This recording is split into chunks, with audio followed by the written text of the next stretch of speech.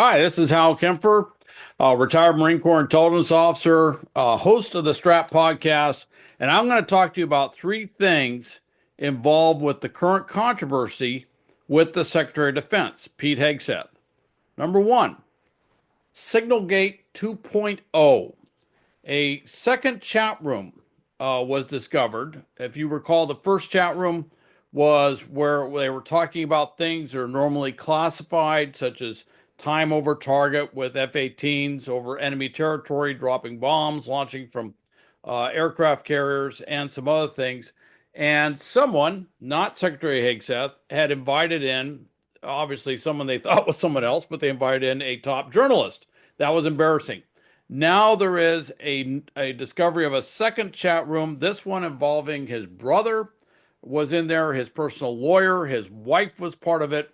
And truth is, his brother does work at the Pentagon. I understand his personal lawyer also has some role with the Pentagon, so may carry a security clearance.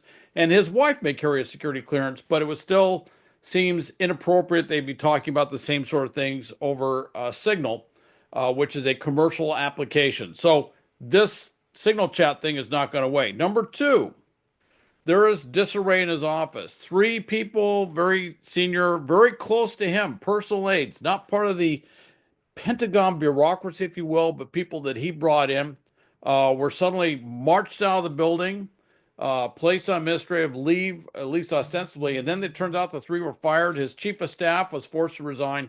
And frankly, what's happening is it's looking like there's something going on in his office. However they describe it, the three have come out, signed basically made a joint statement saying we don't know why we were forced out. We don't know of any investigation that's found us doing something wrong. In so many words, saying that they don't understand what's going on here, and obviously taking a little bit of a difference of opinion that they had leaked something or done something nefarious, underhanded, or wrong. So anyway, with all of that, and then his former acting press secretary coming out and talking about utter chaos at the Pentagon, that looks bad. And it's really kind of causing some issues with trust and confidence with the rank and file. Caroline Leavitt, the White House press secretary, basically indicated that the entire essentially the Pentagon bureaucracy is against him, which is not good if you're the Secretary of Defense. Maybe she misspoke. Maybe it was a bad choice of words, but that all looks bad.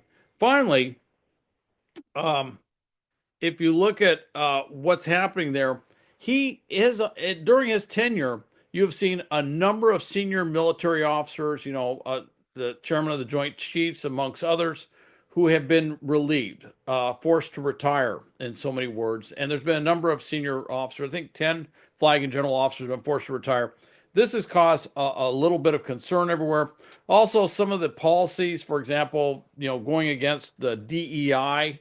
One of the things they did was they struck struck the words "Enola Gay" from from some of the official notations or whatever. I guess somebody thought Enola Gay was something other than the bomber that dropped the nuclear warhead on Hiroshima. Anyway, it just doesn't seem to be very well coordinated to many looking at this. These three things have all piled up, and now there's reports. The White House isn't saying it's true. In fact, they've denied it very vehemently. Reports that they might be looking at a new Secretary of Defense. Hey, hope you go to www.stratpodcast.com. Also, you can get Strat, Strategic Risk Assessment Talk podcast, on Captivate, Apple, pretty much anywhere you can get a podcast. Also, go to YouTube, Hal Kempfer TV. That's probably how you're hearing this right now. And you can see a lot of the segments I do on various different news networks. Thanks for listening.